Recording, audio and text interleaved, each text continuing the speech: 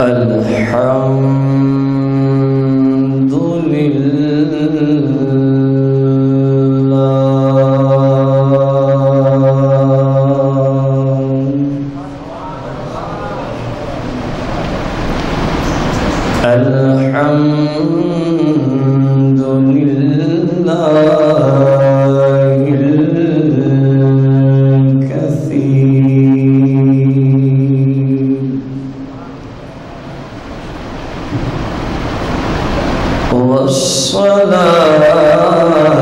والصلاة والسلام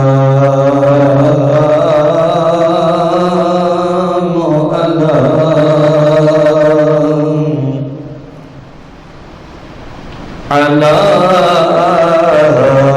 السميع البصير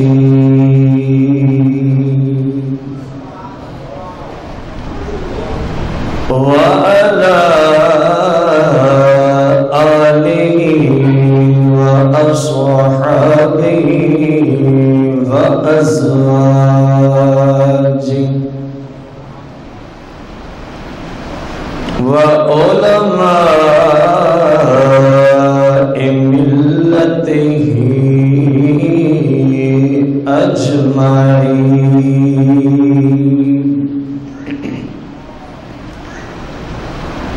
أما بعد فأعوذ بالله من الشيطان الرجيم. بسم الله الرحمن الرحيم. قال الله تبارك وتعالى في القرآن المجيد والفرقان الحميد في شان حبيبه عليه الصلاة والتسليم. إن الله وملائكته يصلون على النبي يا أيها الذين آمنوا صلوا عليه وسلموا تسلیما. درود و سلام کا نذرانہ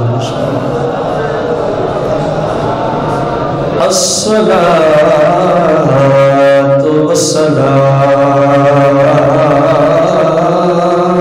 علیک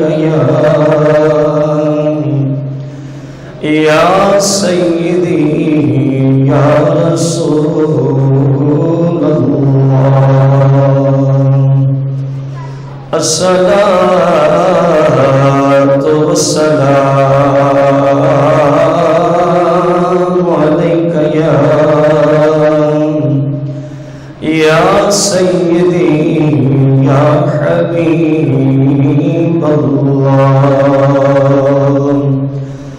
الصلاة والسلام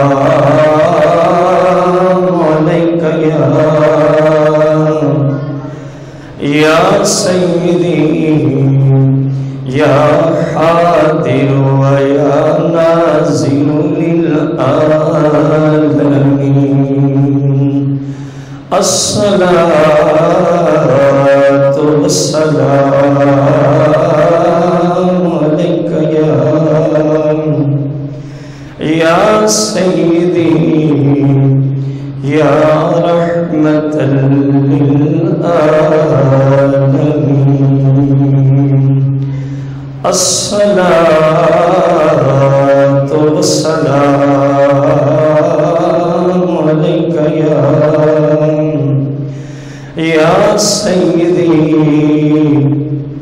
یا شفیع المذنبین. الصلاة والسلام علیک يا سيدي يا شفيع المذنبين الصلاة والسلام عليك يا سيدي يا شفيع المذنبين الصلاة والسلام عليك يا سيدي يا جد الحسن والحسين مولاي صل وسلم دائما أبدا على حبيبك خير الخلق كلهم.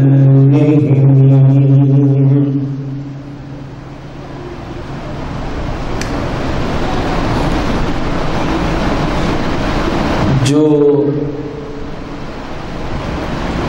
ذکر محمد سے صلی اللہ علیہ یا رسول اللہ، جو ذکر محمد سے صلی اللہ علیہ یا رسول اللہ مانوس نہیں ہوتا، پائے وہ کبھی راحت یہ محسوس نہیں ہوتا. جو ذکر محمد سے صلی اللہ علیہ یا رسول اللہ مانوس نہیں ہوتا، پائے وہ کبھی راحت یہ محسوس نہیں ہوتا. جو مانگنا ہے دوستو مانگو در زہرا سے، جو مانگنا ہے دوستو، جو مانگنا ہے یارو مانگو در زہرا سے، کیونکہ اس در کا گدا کبھی مایوس نہیں ہوتا، کیونکہ اس در کا گدا کبھی مایوس نہیں ہوتا. حمد و صلات کے بعد احباب ذی وقار و سامعین محتشم، آج کے یہ مقدس محفل پاک بسلسلہ جشن عید میلاد النبی علیہ الصلاۃ والتسلیم، ہمارے قریبی اور مخلص ساتھی حاجی تاج الدین انصاری، حاجی لائق علی ضیاء، حاجی بشیر احمد اور محمد ارشد صاحب کا نائب ناظم، ان احباب نے مصطفیٰ کریم علیہ الصلاۃ والتسلیم کے آمد اور آپ کی شان کے سلسلہ میں اس محفل پاک کو سجایا اور آپ سب کو دعوت پیش کی. اللہ کے جناب میں ملتمس اور دعا گو ہوں، اللہ جل شانہ حجاج کرام کی اس مقدس کوشش کو اپنی بارگاہ قدسیہ میں شرف قبولیت کا درجہ عطا فرمائے، اور جو آپ احباب ان کی دعوت پر لبیک کہتے ہوئے تشریف لائے، اللہ آپ پر بھی اور پورے ورلڈ کے اندر مسلک اہل سنت کے جتنے غیور مسلمان ہیں، اللہ ان سب پر اپنی خصوصی رحمتوں کا نزول فرمائے. سامعین محتشم، آج کا موضوع ہے شان مصطفیٰ کریم صلی اللہ علیہ وآلہ وسلم. سب سے پہلے میں یہ مناسب سمجھوں گا کہ جس سلسلہ میں اس محفل کو منعقد کیا گیا ہے، میلاد کی لغوی نہیں اصطلاحی تعریف عرض کر دی جائے تاکہ اگلی بات سمجھنے میں آسانی رہے، آپ کو بھی اور جہاں تک بذریعہ انٹرنیٹ یہ آواز حق و صداقت کی پہنچے، ان تمام تک بھی یہ بات واضح ہو جائے کہ میلاد صرف مسلمان یعنی انسانوں میں مسلمان ہی نہیں مناتے، بلکہ یہ تو وہ عظیم عبادت ہے جس کو خود رب ذوالجلال والاکرام بھی کرتا رہتا ہے۔ میلاد کی تعریف الامام المحدث الفقیہ امام جلال الدین السیوطی الشافعی رضی اللہ تعالی عنہ نے اپنی ایک کتاب الحاوی للفتاوی، اس میں پورا ایک چیپٹر اور باب باندھا ہے کہ یہ باب ہے مصطفیٰ کریم صلی اللہ علیہ وسلم کے میلاد کے بارے میں۔ اور یہ کوئی عام فقیہ یا محدث نہیں ہے، یہ وہ مقدس ہستی ہیں جن کو ایک روایت میں جاگتے ہوئے، یہ بات آپ کی شان پہ اس لیے عرض کر رہا ہوں تاکہ سننے والے کو سمجھ آئے کہ یہ جو کچھ کیا گیا سرکار کے کرم سے ہی کیا گیا ہے۔ جاگتے ہوئے امام جلال الدین سیوطی کو سرکار علیہ الصلوۃ والتسلیم نے ایک روایت میں 70 اور ایک روایت میں 72 مرتبہ جاگتے ہوئے اپنا دیدار عطا فرمایا تھا۔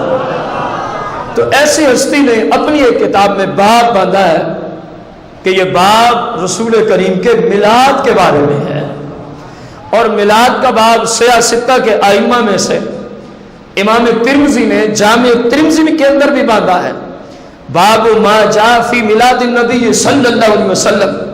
غور کرو، باب ما جاء فی میلاد النبی صلی اللہ علیہ وسلم، یہ سیاہ ستہ کے ائمہ میں سے امام ترمذی نے باب باندھا کہ اس باب میں وہ حدیثیں ہوں گی جن کا تعلق مصطفیٰ کریم کے میلاد کے ساتھ ہوتا ہے۔ اب تعریف کیا لکھی ہے؟ ہوا اجتماع الناس وقراءۃ ما تیسر من القرآن۔ کہہ رہے ہیں امام جلال الدین سیوطی الشافعی رضی اللہ عنہ کہ میلاد یہ ہے، ہوا اجتماع الناس، کہ لوگوں کا کیا ہو؟ اجتماع ہو، لوگ اکٹھے ہو جائیں۔ آپ اکٹھے ہو گئے کہ نہیں ہو گئے؟ اجتماع ہے کہ نہیں ہے؟ پھر فرمایا وقراءۃ ما تیسر من القرآن، اور قرآن میں سے وہ پڑھا جائے، اس محفل میں کوئی قرآن میں وہ پڑھے ما تیسر، جو اس کو آسان لگے، یعنی ایک آیت پڑھے، 10 پڑھے یا پارہ پڑھے، پڑھے قرآن، پڑھے قرآن۔ اور اگلی یہ 2 باتیں، تیسری بات، اور احادیث میں سے ان احادیث کا ذکر کرے اس محفل میں جن احادیث میں سرکار کی آمد کے وقت کیا کیا کائنات کے اندر خلاف عادت کام واقع ہوئے، اور وہ احادیث ذکر کی جائیں، قرآنی آیات ذکر کی جائیں جن سے مصطفیٰ کریم کی شان کا اظہار ہوتا ہو۔ امام فرماتے ہیں اسی چیز کا نام میلاد مصطفیٰ ہے، اسی چیز کا نام میلاد ہے۔ کچھ سننے والے، ایک سنانے والا اور سنائے مصطفیٰ کریم کی شان ہے، لیکن ہو قرآن و سنت کی روشنی میں، قرآن پڑھے یا حدیث پڑھے، جاہل بندے کو اجازت نہیں ہے۔ جو من گھڑت کہانیاں اس وقت میلاد کے باب میں لوگوں نے شامل کی ہیں، ان کی گنجائش نہیں ہے۔ کہا قرآن پڑھ کے سمجھا مصطفیٰ کریم کی شان، یا مصطفیٰ کریم کی حدیث پڑھ کے سنا۔ ایک سنائے اور کچھ سنے، اسی کا نام کیا رکھا ہے؟ اونچی بولو، آخر تک بولو۔ آپ ایک جملہ عرصے سے سنتے چلے آ رہے ہیں، نقیب محفل سے بھی، ثنا خانوں سے بھی، اور بعض مقررین سے بھی، کہ درود شریف ایک ایسا وظیفہ ہے، درود شریف ایک ایسا، لوگ کہتے ہیں، میں لوگوں کی زبانی آپ تک بات پہنچا رہا ہوں، میں نہیں کہہ رہا یہ، کہ اس میں وحدہ لا شریک بھی کیا ہوتا ہے، یہ لوگوں کے جملے ہیں، وحدہ لا شریک بھی شریک ہوتا ہے۔ میں اپنے ان تمام معززین سے التجا کرنا چاہوں گا، قرآن و حدیث کی روشنی میں آپ کو کہتے ہوئے یہ خیال تو نہیں آتا کہ درود کس چیز کا نام ہے، درود کس طرح پڑھا جاتا ہے، کیا اس کی نسبت اللہ کی ذات کی طرف کرنا درست بھی ہے کہ نہیں ہے؟ آج آ کے کہے گا قرآن کہہ رہا ہے، تو بھائی قرآن گھر بیٹھے سمجھ آتا ہوتا تو علماء زندگی کا ایک حصہ کیوں وقف کرتے ہیں قرآن سیکھنے کے لیے؟ پھر ان ائمہ اور محدثین کی حاجت کیا پڑتی؟ قرآن میں آیا، میں یہی تو بتانے چلا ہوں کہ ان اللہ و ملائکتہ یصلون علی النبی، بے شک اللہ اور اس کے تمام فرشتے یصلون درود پڑھتے ہیں علی النبی، اس غیب بتانے والی ہستی پر۔ نبی کا معنی یہی ہوتا ہے، نبی کا معنی لغوی۔ دیکھنا یہ ہے کہ درود کیا ہے، اور یہاں اللہ کا درود، بھی اللہ درود پڑھتا ہے، اس سے کیا مراد ہے؟ اس سے درود پڑھے نا، جو جس کو آتا ہے وہی پڑھے، جس کو آتا ہے وہی پڑھے، جس کو نہیں آتا وہ مجبور ہے۔ ٹھیک ہے، آپ نے سنا دیا، میں نے بھی سنا، آپ سب نے بھی، ارد گرد والوں نے بھی۔ شروع کہاں سے ہوتا ہے درود؟ اس کا معنی کیا ہے؟ اے اللہ۔ درود کا معنی کیا ہے؟ جو پہلا لفظ ہے اللہم، یہ درود کے صیغے کا پہلا لفظ ہے اللہم۔ معنی کیا ہے اپنی زبان میں؟ اے، اس کے بغیر کوئی درود پڑھے؟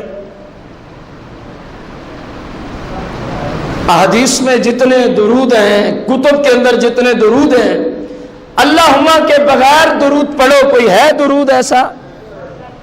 درود اللہم صلی علی، اور درود میں کامل درود وہ ہے جس کو آپ ہر نماز میں آخری رکعت کے اندر جا کے تشہد کے بعد پڑھتے ہیں، کیونکہ جب سرکار سے صحابہ پوچھتے ہیں یا رسول اللہ ہمیں سلام کا تو طریقہ آتا ہے، درود کس طرح پڑھنا ہے؟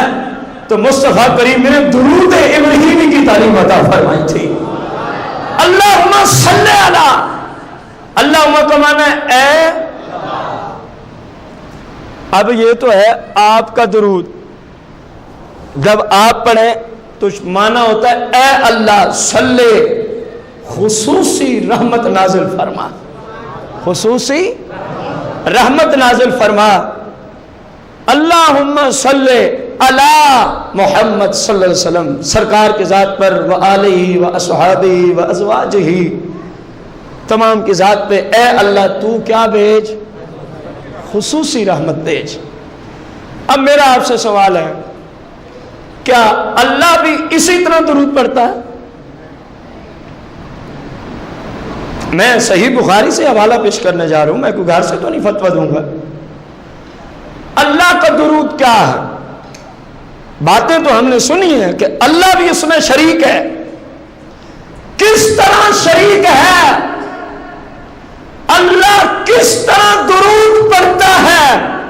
سوال ہے میرا، کیا اللہ بھی اسی طرح پڑھتا ہے؟ اللہم صلی علی، اگر اسی طرح پڑھے تو قل هو اللہ احد والی آیت کہاں جائے گی؟ لا الہ الا ہو، قرآن میں جتنی آیات ہیں یہ آیات کس طرف جائیں گی؟ مطلب کیا ہے کہ اللہ وحدہ، اونچی بولو، اللہ وحدہ، نہ اس کی ذات میں کوئی شریک، نہ اس کی صفات میں کوئی۔ اگر وہ اسی طرح پڑھے تو معنی پہلے جملے کا ہوتا ہے اے، میری بات کو آپ سمجھ رہے ہیں؟ اے اللہ۔ اب ہم پڑھیں مطلب سمجھ میں آتا ہے، کیونکہ اللہ، یار بولو تو صحیح، تھوڑی سی شاید مشکل بات میں نے شروع کر دی اس لیے آپ چپ کر گئے، لیکن قرآن سے جو ثابت کرنا ہے کہ میلاد اللہ بھی پڑھتا ہے، پھر کچھ سمجھنا تو پڑے گا۔ میرے بھائی، ہم پڑھیں، انبیاء پڑھیں، فرشتے پڑھیں، جن پڑھیں، حجر و شجر پڑھیں، کائنات کی ہر چیز درود پڑھے، سمجھ میں آتا ہے کہ ہر چیز کا اللہ ہے۔ وہ اللہ کو کہہ رہے ہوتے ہیں اے اللہ تیرا حکم آیا تھا ہمیں کہ درود و سلام پڑھو، ہم اپنے آپ کو اس قابل نہیں سمجھتے، ہم تجھے کہتے ہیں تو ہی اپنے محبوب کی ذات میں درود پڑھ، خصوصی رحمت نازل فرما۔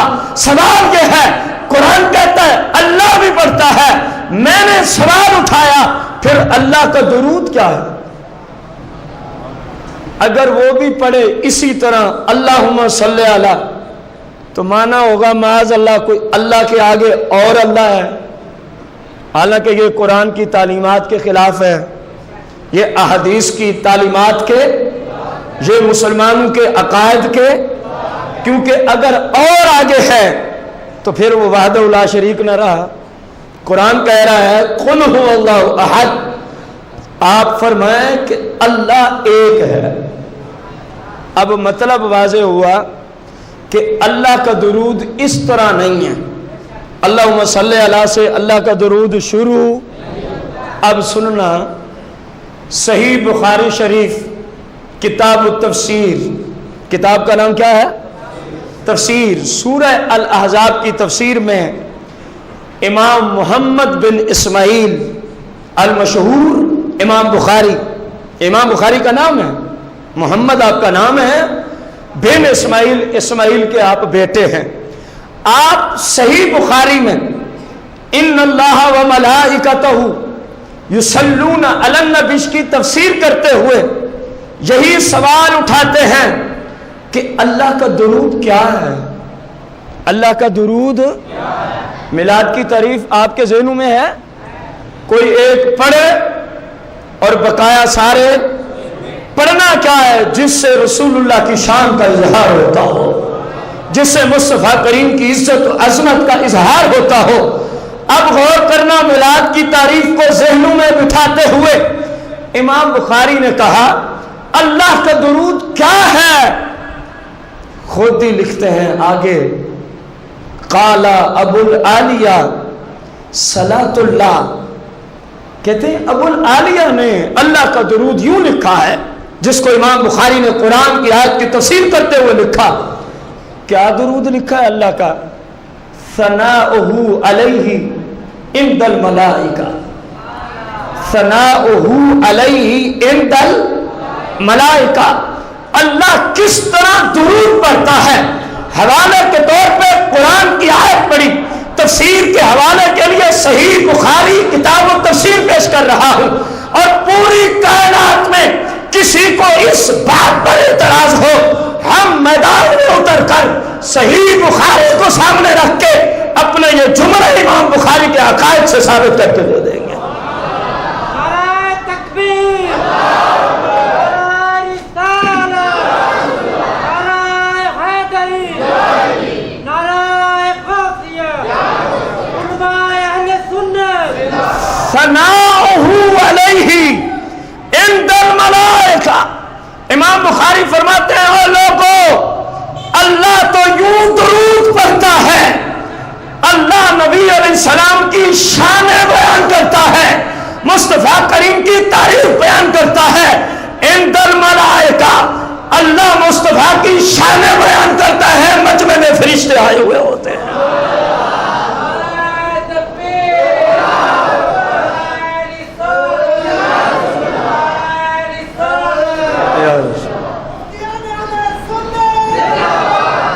کون شان بیان کرتا ہے؟ اونچی بولو، یہ ہے اللہ کا درود جو امام بخاری نے لکھا ہے۔ میں اس پہ مزید کلام کرنا چاہوں گا۔ ادھر آیا یصلون، یہ تو پتہ چلا نا کہ اللہ مصطفیٰ کریم کی شان ہی بیان کرتا ہے۔ اب کب کب کرتا ہے؟ یصلون، علم صرف کی دنیا میں فعل مضارع مطلق جس میں دو زمانے ہیں۔ کتنے زمانے ہیں؟ دو زمانے، ایک زمانہ حال اور ایک استقبال۔ تو اب اللہ کب کب میلاد پڑھتا ہے؟ کیونکہ میلاد یہی ہے نا، پیچھے جو آپ کو عرض کی تعریف، کوئی مصطفیٰ کی شان بیان کرے اور بقایا اللہ شان بیان کرتا ہے اور فرشتے سنتے ہیں۔ یصلون نے ہمیں بتایا وہاں کوئی قید نہیں، بلکہ حال ہو یا مستقبل ہو، جو گزر گیا وہ ماضی، اللہ جب سے ہے بس مصطفیٰ کی شان ہی بیان کرتا ہے، اللہ شان بیان کرتا ہے، ملائکہ سنتے رہتے ہیں۔ یہ مالک کا کام ہے، یہ مالک کا درود ہے۔ اب یہاں پر ایک اور جملہ بھی ذہن میں آ رہا ہے کہ مصطفیٰ کریم کی شان اللہ بیان کرتا ہے، سنتے ہیں، کوئی تیسری مخلوق کا ذکر نہیں آیا، جیسا کہ قرآن میں آیا ہے۔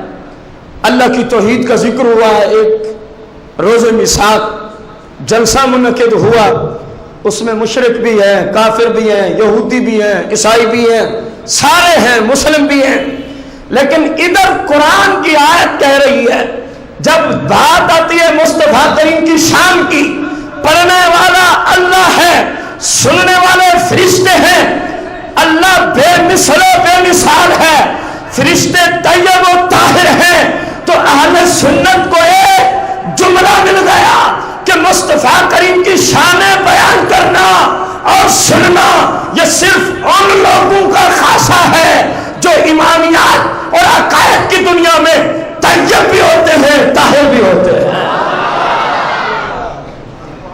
طیب بھی ہوتے ہیں، ورنہ وہاں کوئی اور کیوں نہیں گیا؟ جبکہ اللہ کی وحدانیت کا جب ذکر ہوا، قرآن ہے اس میں مشرک بھی بیٹھا ہوا ہے، اس میں ہندو بھی ہے، اس میں عیسائی بھی ہے، اس میں یہودی بھی ہے، لیکن جب بات آتی ہے شان مصطفیٰ کریم کی، اللہ بیان کرتا ہے، فرشتے سنتے ہوتے ہیں۔ اب اگر یہ شرک ہے تو پھر اللہ پہ فتویٰ سب سے پہلے جائے گا۔ میلاد منانا اگر یہ شرک ہے، بدعت ہے، گناہ ہے، تو سب سے پہلے فتویٰ کس کی ذات پہ؟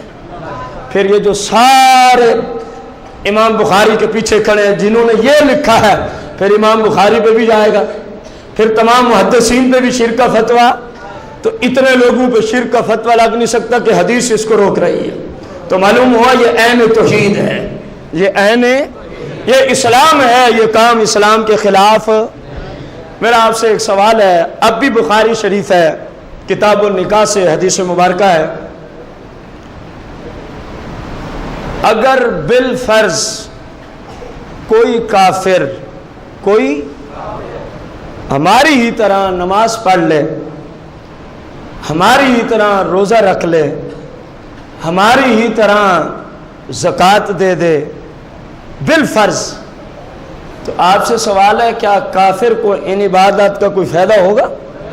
اخروی اعتبار سے ثواب کی دنیا میں اس کو کوئی فائدہ؟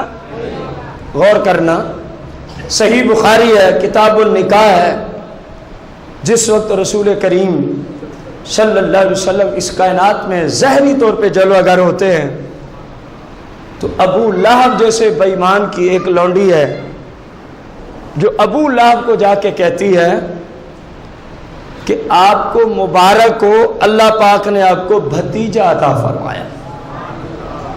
کیا عطا فرمایا؟ جملوں پہ غور کرنا ہے۔ امام جلال الدین سیوطی نے اور علامہ زرقانی نے یہ لکھا کہ جملوں پہ غور کرو، جو بات آگے سمجھانا چاہتے ہیں یہ ائمہ اور محدثین۔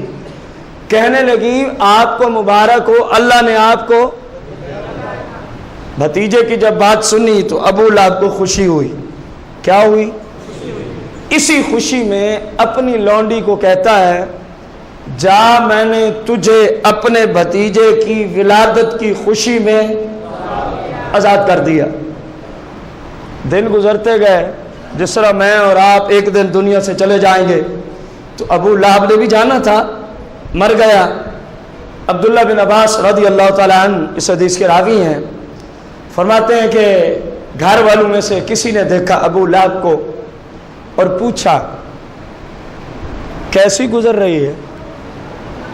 میرے بھائیوں، قبر و آخرت کا معاملہ نہایت مشکل ہے، خدا را اپنی اصلاح پہ قرآن و حدیث کے مطابق زندگی بسر کرنے پہ کچھ غور کرے، بڑا مشکل مرحلہ ہے۔ پوچھا کہ کیسی گزر رہی ہے؟ کہتے جی نہ پوچھو، جب سے مرا ہوں جہنم کے عذاب میں، کیونکہ گستاخ تھا، گستاخوں کے لیے صرف کیا ہے؟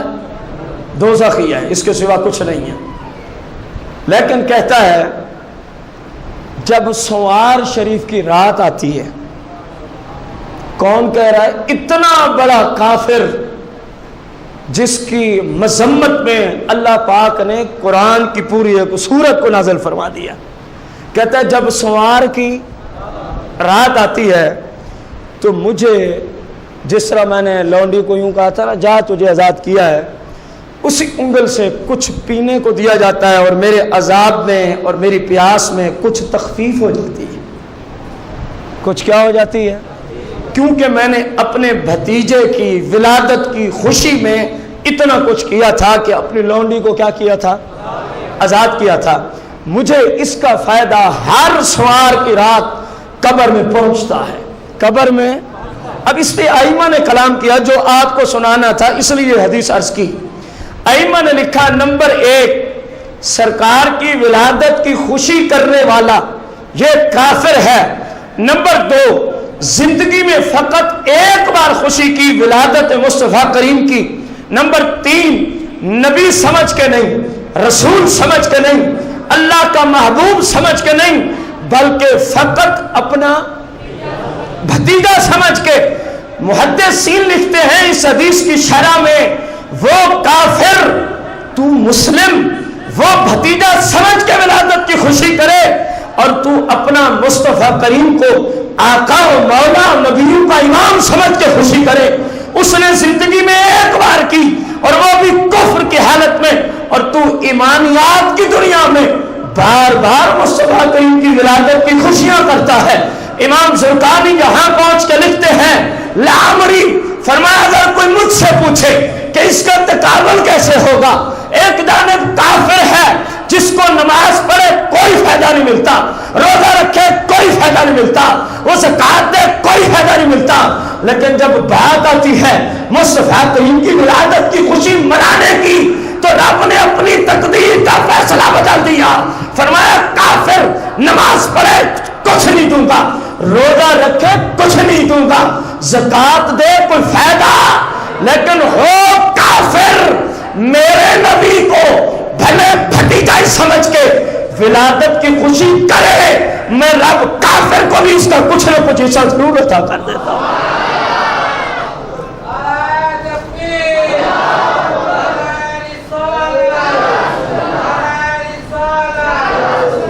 غور کریں امام زرقانی نے اس مقام پہ پہنچ کر لکھا ہے، فرمایا مجھ سے اگر کوئی فیصلہ کرائے وہ کافر ہے، یہ مسلم ہے، وہ بھتیجا سمجھتا ہے، یہ امام الانبیاء سمجھتا ہے، وہ شریعت سے باہر ہے، یہ شریعت کے اندر ہے، تو اب فرق کیا ہوگا، اس کو کیا ملے گا؟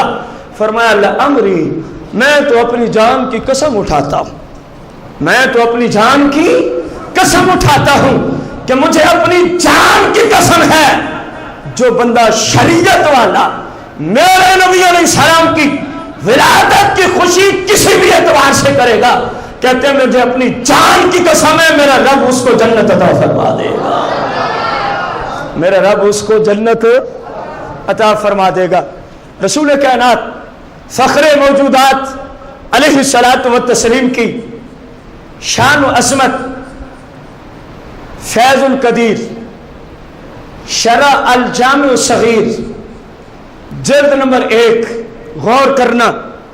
رسول کریم صلی اللہ علیہ وسلم کو رب نے کتنی شانیں اور عزتیں اور عظمتیں عطا فرمائی ہیں.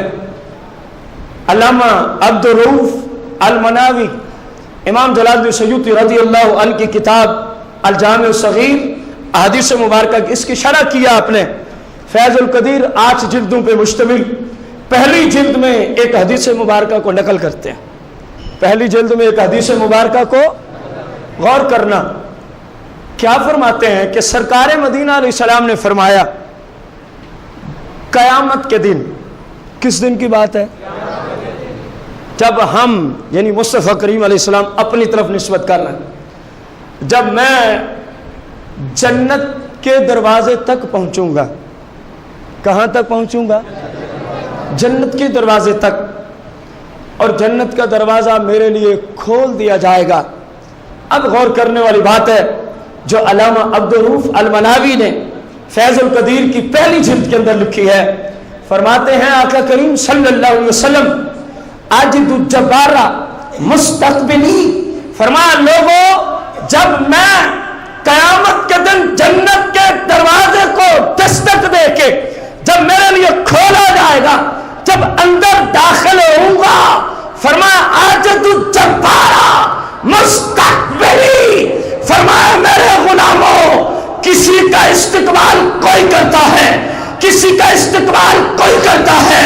جب مصطفیٰ جنت کو جائیں گے، فرمایا جب میں آگے دیکھوں گا تو میرا رب میرے استقبال کے لیے تشریف لایا ہوگا۔ فرمایا عاجز الجبارہ مستقبلی، مصطفیٰ کریم کی یہ شان ہے۔ جنت جیسے محل میں جب اپنا قدم مبارک ٹکائیں گے، رکھیں گے، فرمایا لوگوں سب سے پہلے جنت پہ جو مجھے احساس دیا جائے گا وہ کیا ہوگا؟ عاجز الجبارہ مستقبلی۔ اللہ اپنی شان اپنی شان کے لائق مصطفیٰ کریم کا استقبال فرمائے گا، اور فرمایا جب میں اپنے رب کو اپنے سامنے یوں دیکھوں گا تو میں فوراً رب کی بارگاہ میں سجدے کے اندر گر جاؤں گا۔ یہ ہے عاجزی۔ فرمایا رب میرے استقبال کو آیا ہے، جب میری نگاہ اللہ کی ذات پر پڑے گی میں فوراً سجدے میں چلا جاؤں گا، بس اللہ کی حمد و ثنا بیان کروں گا، میرا رب مجھ سے اتنا راضی ہو جائے گا، فرمائے گا ارفع راسک یا محمد صلی اللہ علیہ یا رسول اللہ، اے میرے محبوب اپنے سر انور کو اٹھا دیجیے، اے میرے پیارے اپنے سر مقدس کو اٹھائیے، اپنی زبان سے آج جو آپ مانگتے جائیں گے بس مانگنا آپ کا کام ہے، عطا کرنا احکم الحاکمین کا کام ہوگا۔ فرمایا اللہ مجھے یہ اجازت دے گا، اے محبوب جو مانگنا ہے مانگو، آج آپ کو کلی طور پہ اجازت دے دی ہے، آپ زبان ہلاتے جائیں، آپ کا رب اسی طرح کرتا جائے گا۔ جس نبی کے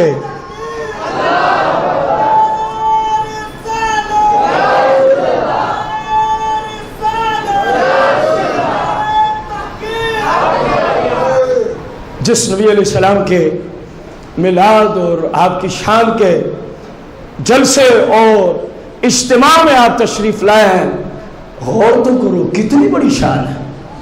یہ کوئی چھوٹا مقام ہے کہ اللہ کے محبوب فرمائے جب میں جنت کو جاؤں تو عاجز الجبارہ مستقبلی، تو سامنے اللہ اپنی شان میرے استقبال کے لیے ہوگا، اور پھر اپنی عاجزی اور اپنا بندہ ہونا اللہ کے سامنے، فرمایا ہم تو رب کو دیکھ کے فوراً سجدے میں چلے جائیں گے۔ معلوم ہوا اتنی بڑی نعمت عظمی جب سرکار کو ملی تو شکرانے میں کیا کیا؟ سجدہ۔ اتنی عظیم عبادت ہے، کتنے مسلمان آج کئی سجدوں سے غافل ہیں، ایک دو نہیں 5 وقت کی نماز میں کتنے سجدے ہیں۔ اتنی عظیم نعمت پر مصطفیٰ کریم فرماتے ہیں بس جب کہ نعمت ملے گی تو میں فوراً اس کے شکرانے میں سجدہ کروں گا، تو رب فرمائے گا محبوب یہ سب کچھ تیرے لیے ہی تو ہے، سر اٹھائیے، زبان ہلائیے، جو کہتے جائیں گے رب پوری کرتا جائے گا۔ سرکار مدینہ علیہ الصلاۃ والتسلیم کی بارگاہ قدسیہ میں آپ کا ایک غلام آتا ہے، صحابی رسول اپیل کرتا ہے یا رسول اللہ قیامت کے دن، نہیں سرکار سے یوں عرض کی اور حدیث تھی کہ یا رسول اللہ آپ مجھے قیامت کے دن شفاعت کر کے جنت میں پہنچا دینا۔ کون سوال کر رہا ہے؟ سرکار کا سوال کیا ہے؟ قیامت کے دن میری شفاعت کر کے کہاں پہنچا دینا؟ سرکار نے فرمایا ٹھیک ہے۔ سرکار نے فرمایا، اب اس کے ذہن میں فوراً سوال آیا کہ یار کتنے بڑے کثیر مجمع میں سرکار کو کیسے تلاش کروں گا؟ عرض کرنے لگا یا رسول اللہ اتنے لوگ ہوں گے تو میں جناب کو کہاں تلاش کروں، کیونکہ آپ کی شفاعت کے بغیر تو گزارا نہیں۔ بھائی یہ صحابہ کا عقیدہ ہے، آپ کی شفاعت کے بغیر تو میں جناب کو کہاں تلاش کروں۔ اب غور کرنا کہ مصطفیٰ کریم امت سے کتنی محبت فرماتے ہیں، اور یہ امت مصطفیٰ کریم کے طریقہ سے، شریعت سے کتنی دور چلی گئی ہے۔ آپ نے فرمایا میرے تو 3 مقامات ہوں گے، ان میں سے جہاں تیرا جی چاہے مجھے دیکھ لینا، میں ان 3 پہ ہی رہوں گا قیامت کے دن۔ میں ان سرکار نے فرمایا نمبر 1، اگر تجھے میری ضرورت پڑے قیامت کے دن تو تم مجھے پل صراط پہ تلاش کرنا۔ کیوں؟ فرمایا وہاں کچھ گرنے والے جو کٹ کٹ کے، کیونکہ جنت کی طرف جانے کا یہ ایک ہی راستہ ہے، پل صراط عبور کریں گے تو جنت کے باب تک پہنچیں گے، ورنہ نہیں۔ اور یہ تلوار سے تیز، بال سے زیادہ باریک اور بڑی لمبی چوڑی مسافت ہے۔ سرکار نے فرمایا ادھر کئی ایسے ہوں گے جو کٹ کٹ کے گرنے کا ارادہ رکھتے ہوں گے، پل صراط پہ اس لیے جاؤں گا کہ ان کو پل صراط عبور کرا دوں گا۔ یا رسول اللہ اگر میں وہاں آپ کو نہ پا سکوں، فرمایا تو پھر میزان پہ چلے آنا۔ پھر کہاں چلے آنا؟ میزان پہ آ جانا۔ آقا کریم میزان پہ کیا؟ فرمایا کئی غلام ایسے آئیں گے جن کی نیکیاں کم ہو جائیں گی تو ہم میزان پہ جا کے ان کو وزنی کرا دیں گے۔ یا رسول اللہ وہاں بھی نہ، تو فرمایا پھر تیسرا مقام ہے حوض کوثر۔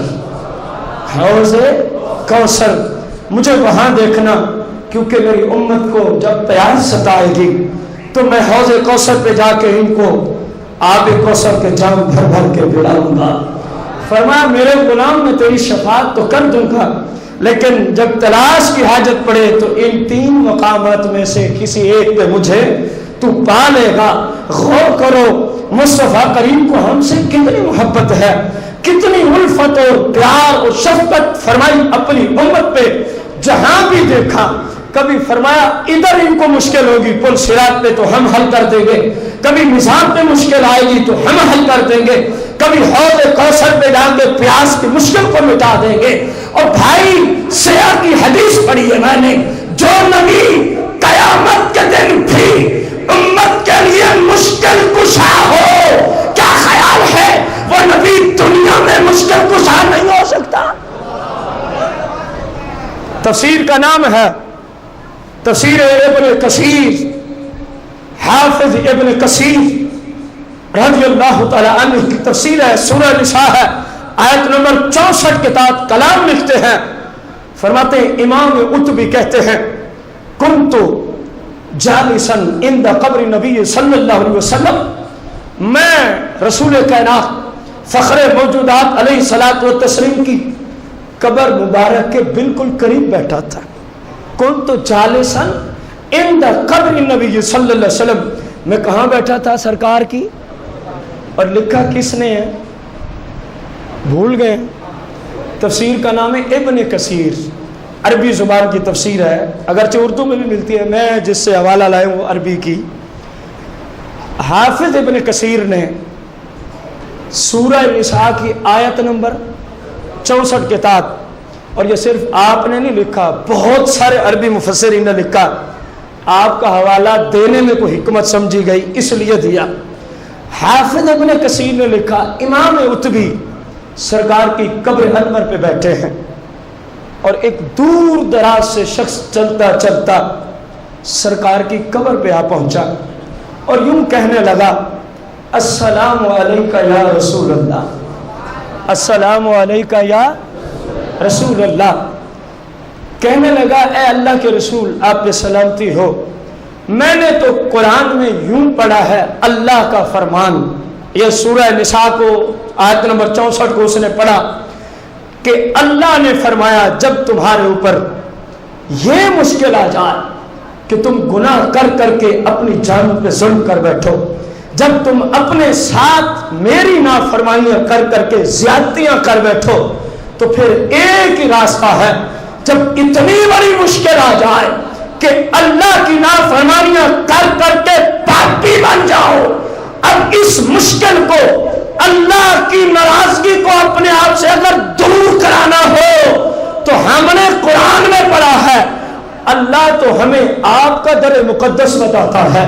یا رسول اللہ میں آپ کے پاس آ گیا ہوں، میں نے اپنی جان پہ کثیر ظلم کیے ہیں، میں نے بڑی زیادتیاں کی ہیں، اپنے رب کی نافرمانیاں کر کر کے پاپی ہوں، مجرم ہوں، فاسق و فاجر ہوں، آپ کی بارگاہ میں آیا ہوں، اللہ کا حکم مان کے آیا ہوں، مہربانی فرمائیں مجھے بخشش کا پروانہ تو عطا فرما دیں، مجھے بخشش کا پروانہ تو۔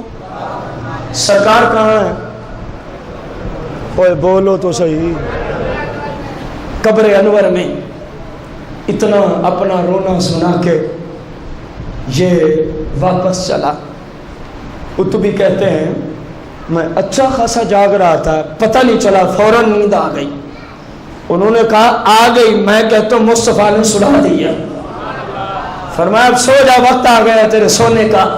کہتے ہیں اچانک جو آنکھ لگی، کیا دیکھتا ہوں کہ مصطفیٰ کریم سرکار مدینہ میرے خواب میں تشریف لے آتے ہیں۔ فرماتے ہیں اے قطبی، ابھی ایک سائل ہم سے بخشش اور مغفرت مانگ رہا تھا، وہ خالی جا رہا ہے، جلدی کر اس کو پہنچ، اس کو مل جا اور جا کے کہہ دے تیرا رسول کہہ رہا ہے۔ تو رسول تو مشکل کشا مان کے آیا تھا، رسول کہہ رہے ہیں، فرما رہے ہیں جا، ہم نے تجھے بخشش اور مغفرت اور جنت کا پروانہ عطا فرما دیا ہے۔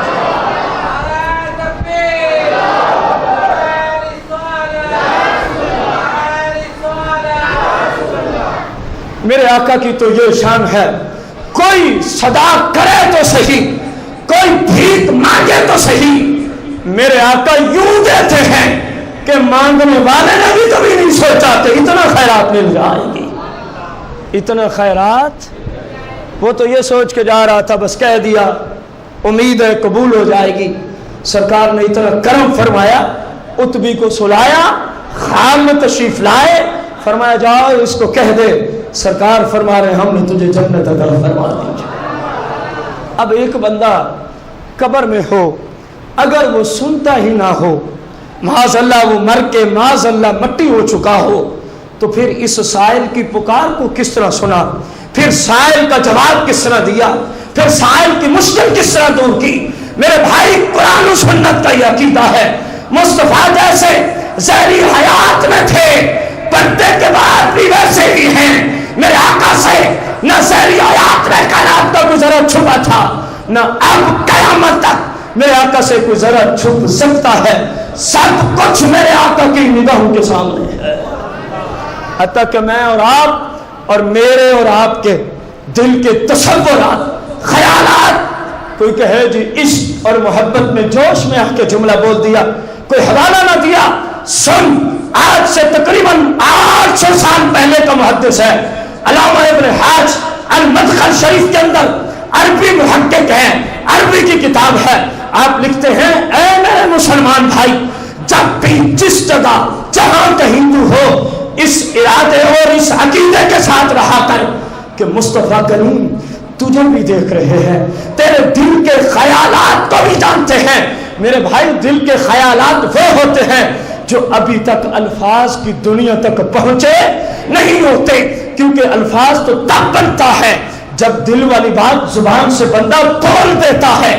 فرمایا علامہ ابن حاج نے کہ تو جہاں بھی ہے، جس حالت میں ہے، جس کیفیت میں ہے، یہ ذہن رکھ، عقیدہ رکھ، نہ تو مصطفیٰ سے خود چھپا ہے، نہ تیری کلام چھپی ہے، حتیٰ کہ فرمایا جو تو دل میں خیالات سوچتا ہے، اللہ کی عطا سے مصطفیٰ تو تیرے خیالات تک کو جانتے ہیں۔ ہم تو ایسے نبی علیہ السلام کے ماننے والے اور ایسے پاک پیغمبر کی امت میں سے ہیں۔ رسول کائنات فخر موجودات علیہ الصلوۃ والتسلیم کی ذات تو بڑی شان والی ہے، میرے آقا کے اسم بھی مشکل کشا کا درجہ رکھتے ہیں۔ یہ قرآن و سنت سے ثابت ہے۔ امام جلال الدین سیوطی نے تفسیر در منصور میں، کس تفسیر میں؟ در منصور میں سورہ اعراف کی ایک آیت کہ یہ یہودیوں کے علماء جو ہیں عیسائیوں کے جو علماء ہیں یہ میرے پاک محبوب علیہ السلام کو تورات اور انجیل کے اعتبار سے پہلے سے ہی جانتے ہیں، پہلے سے ہی۔ اس کے تحت امام جلال الدین سیوطی نے ایک روایت نقل کیا ہے، غور کرنا، امام تازہ ہوتا ہے، کانا رجل فی بنی اسرائیل، ایک شخص بنی اسرائیل میں رہتا تھا، وَأَصَلَّهَا مِئَةِ سَنَةٍ، اس نے اللہ تبارک و تعالیٰ کی 200 سال نافرمانی کی تھی۔ کتنا عرصہ؟ کیونکہ پچھلی قوموں کی جو عمریں تھیں وہ بڑی طویل تھیں، وہ بڑی 200 سال تک۔ ثم ماتا، پھر وہی ہوا جو ہر ایک کے ساتھ ہوتا ہے، پھر اس کے دنیا کو چھوڑنے کا وقت آ گیا۔ محلے والے اتنے تنگ تھے اس بندے سے، اس کو غسل کے کفن کے قابل ہی نہ سمجھا، دفن کے، پکڑا گھسیٹا، اور جہاں وہ اپنا محلے والے گند وغیرہ ڈالتے تھے اس جگہ ڈھیر پہ جا کے اس کو ڈال دیا۔ امام جلال الدین سیوطی فرماتے ہیں اللہ تبارک و تعالیٰ نے وحی کی جناب موسیٰ علیہ السلام کی طرف، جناب موسیٰ علیہ السلام کی طرف۔ غور کرنا، میں نے بات کی ہے سرکار کی ذات تو بڑی شان والی ہے، آپ کا اسم بھی مشکل کشا ہے، آپ کا نام مبارک بھی مشکل۔ اب دیکھنا، وحی کی ان اخرج فصلی علیہ، جناب موسیٰ آپ تشریف لے جائیں، فلاں قبیلہ میں ایک دوست ہمارا انتقال کر گئے ہے، فصلی علیہ، اس کے غسل کفن اور جنازے کا اہتمام کیا جائے۔ جناب موسیٰ علیہ السلام چلے، وہاں پہنچے، لوگوں نے اپیل کی حضور آپ اور اس بندے کے جنازے کے لیے، غسل کے لیے، یہ تو ایسا ہے 200 سال اپنے رب کی کیا کرتا رہا ہے، ہم نے تو اس کو اس قابل ہی نہ سمجھا، اس لیے گھسیٹ کے یہاں ڈال دیا گند کے ڈھیر پر۔ یہ ماجرا عجیب ہے۔ جناب موسیٰ علیہ السلام نے اپیل کی، مولا تیرا حکم سارا آنکھوں پہ، تیرا حکم کچھ اور ہے، یہ محلے والے کچھ۔ اللہ تبارک و تعالیٰ نے وحی کے ذریعے فرمایا بات اسی طرح ہے جس طرح یہ محلے والے کہہ رہے ہیں، بات یہی ہے کہ یہ 200 سال کا پاپی ہے، مجرم ہے، 200 سال اس نے نافرمانی کی ہے۔ لیکن موسیٰ ان کو اس کی ایک عادت کا پتہ ہی نہیں ہے جس کی وجہ سے ہم نے آپ کو بھیج دیا۔ وہ کیا ہے؟ کلما نشر التوراۃ، کبھی کبھی یہ تورات کو اٹھا کے اپنی زندگی میں اس کی تلاوت کیا کرتا تھا، کبھی کبھی تورات شریف کو اٹھا کے اس کی وَنَظَرَ إِلَىٰ اسم محمد صلی اللہ علیہ وسلم، اور تورات میں جہاں کہیں اس کو میرے محبوب کا نام نظر آ جاتا، میرے محبوب کا نام نظر آ جاتا، فَقَبَّلَهُ، اے موسیٰ یہ بندہ میرے محبوب کے نام کو دیکھ کر اس نام کی عزت، عظمت، توقیر اور محبت کی وجہ سے فَقَبَّلَ، یہ اس کو کیا کر لیا کرتا تھا؟ چوم لیا کرتا تھا۔ وَوَضَعَ عَيْنَيْهِ، اور اس کو اپنی آنکھوں پہ یوں مل لیا کرتا تھا۔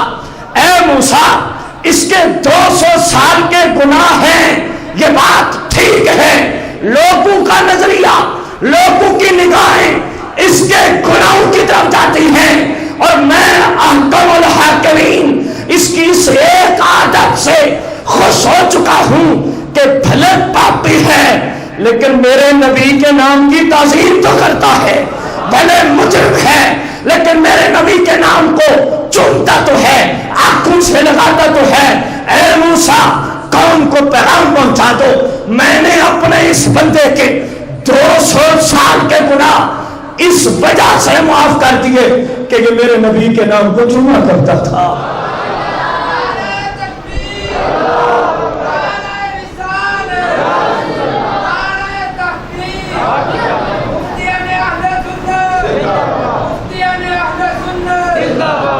اور پھر فرمایا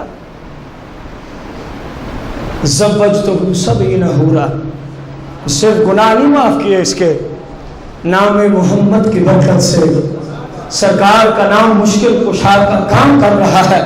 اس سے پوچھو نا جسے لوگ اتنا بڑا مجرم سمجھتے تھے کہ غسل اور کفن دفن کے قابل بھی نہ سمجھا، گھسیٹ کے گندگی کے ڈھیر پہ ڈال دیا، اور رب کا اتنا کرم ہوا اپنے پاک پیغمبر کو بھیجا، جاؤ غسل بھی دو، جنازہ بھی کراؤ، کفن بھی دو، دفن بھی کرو۔ میرے بھائی وجہ کیا تھی؟ وجہ آج ہمارے اس زمانے میں اس بات کی اشد ترین ضرورت ہے کہ مصطفیٰ کریم سے، اللہ کی ذات سے تعلق عقائد کی بنا پہ ہوتا ہے۔ جب عقیدہ ٹھیک ہو تو پھر نماز بھی کام دیتی ہے، جب عقیدہ درست ہو تو روزہ بھی کام دیتا ہے، جب عقیدہ ٹھیک ہو سارے اعمال صالحہ کام آ جاتے ہیں۔ اگر عقیدہ ٹھیک نہ ہو تو اشرف بن کعب جیسا ہو۔ مصطفیٰ فرماتے ہیں بھلے کعبے کے غلاف کو پکڑے ہوئے ہو، جاؤ صحابہ اس کی گردن اڑا کے رکھ دو۔ اور ادھر سرکار کا امتی بھی نہیں ہے، بنی اسرائیل کا فرد ہے، عمل اچھے نہیں تھے، لیکن انبیاء کے رسولوں کے گستاخوں میں نہیں تھا۔ انبیاء اور رسول اور اللہ کے نیک بندوں کا بے ادب نہ تھا، ادب و احترام کرتا تھا۔ تو معلوم ہو گیا کہ اگر کوئی اپنی بخشش چاہتا ہے، اگر کوئی قبر و آخرت سنوارنا چاہتا ہے، اگر کوئی اللہ کو راضی کرنا چاہتا ہے تو پہلا دربار مصطفیٰ کریم ہے۔ سرکار کی عزت کو مان لو، سرکار کی شان کو مان لو، سرکار کی آج کو مان لو، سرکار کے صحابہ کو مان لو، پھر امن تھوڑا بھی ہو تو گزارا چل جائے گا۔ اور اگر ان میں سے کسی کے گستاخ ہو گئے تو بھلے کعبے میں بھی مر جائیں تو حدیث ہے داخل النار۔ جانا کہاں ہے؟ جہنم میں جانا ہے۔ میرے خیال میں وقت کافی ہو چکا ہے، جمعۃ المبارک کہ وقت سے بھی شاید 15-16 منٹ اوپر۔ اللہ سے دعا وہ ہے اللہ تعالیٰ میری اور آپ سب کی حاضری کو اپنی بارگاہ قدسیہ میں شرف قبولیت کا درجہ عطا فرمائے۔ جن احباب نے سنت ادا کرنی ہے وہ سنت